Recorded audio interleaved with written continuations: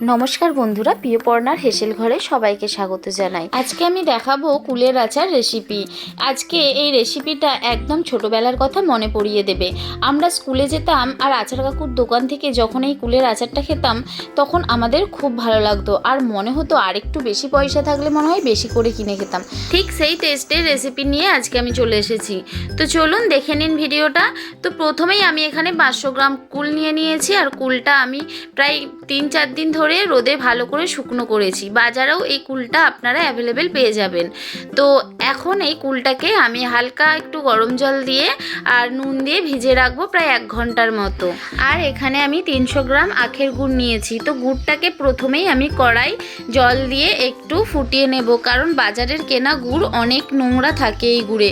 তার জন্য গুড়টাকে খুব ভালো করে একটু জল দিয়ে ফুটিয়ে একটা ছাঁকুনির সাহায্যে গুড়টা ছেঁকে নেব।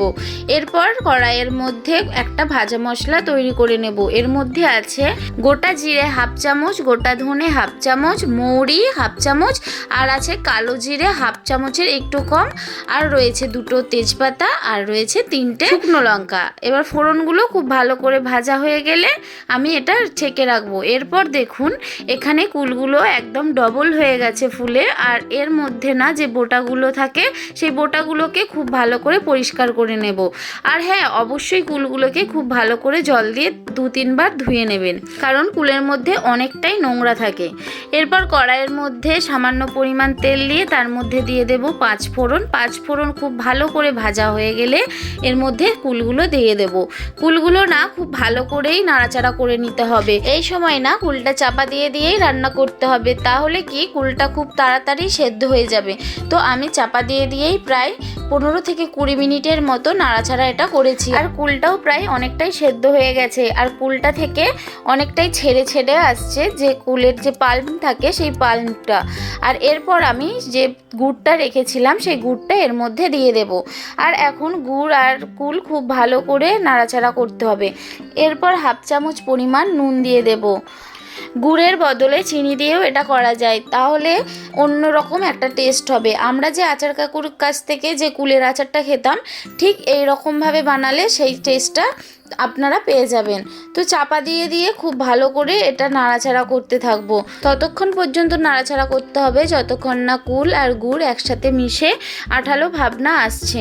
তো আচারটার জন্য একটু সময় নিয়েই আচারটা বানাতে হবে। তো আমার এটা করতে সময় লেগেছে প্রায় 45 মিনিটের মতো। তো আপনারাও চেষ্টা করবেন একটু সময় দিয়ে বানানোর। তো দেখুন অনেকটাই কমে এসেছে গুড়টা আর কি। তো এই পর্যায়ে আমি আর বেশি নাড়াচাড়া করব না, বেশি নাড়াচাড়া করলে গুড়টা পুড়ে যেতে পারে।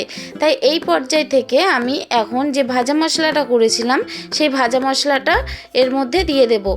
আর কুল না একটু আঠালো ভাব এমনিতেই, তাই এর মধ্যে বেশি যদি রস আমরা মেরে দিই তাহলে এটা পরে খুব আঠালো মানে খুব শক্ত হয়ে যাবে আর কি। সেই জন্যে এখন এই রসটাই আমরা রেখে দেব। আর যে ভাজা মশলাটা করেছিলাম সেই ভাজা মশলাটা এর মধ্যে দিয়ে দেব। ভাজা মশলা দিয়ে দেওয়ার পর খুব ভালো করে নাড়াচাড়া করে চাপা দিয়ে কিছুক্ষণের জন্য রেখে দেব। এরপর যদি বেশি দিন সংরক্ষণ করে খেতে চান তাহলে একটা অবশ্যই কাচের বয়ামে করে রেখে দেবেন। কাচের বয়ামে করে না আচার রাখলে আচার অনেক দিন টেকসই হয়। তো আজকের রেসিপি কেমন লাগলো অবশ্যই জানাবেন কমেন্ট করে। আর কোনো এক দুপুরবেলা বা কোনো এক বিকেলবেলা আচারটা নিয়ে বসবেন, আমার মনে হয় অবশ্যই ভালো লাগবে। অবশ্যই বাড়িতে একবার ট্রাই করবেন। তো আজকের মতো আসি, দেখা হচ্ছে অন্য কোনো রেসিপি নিয়ে। টাটা।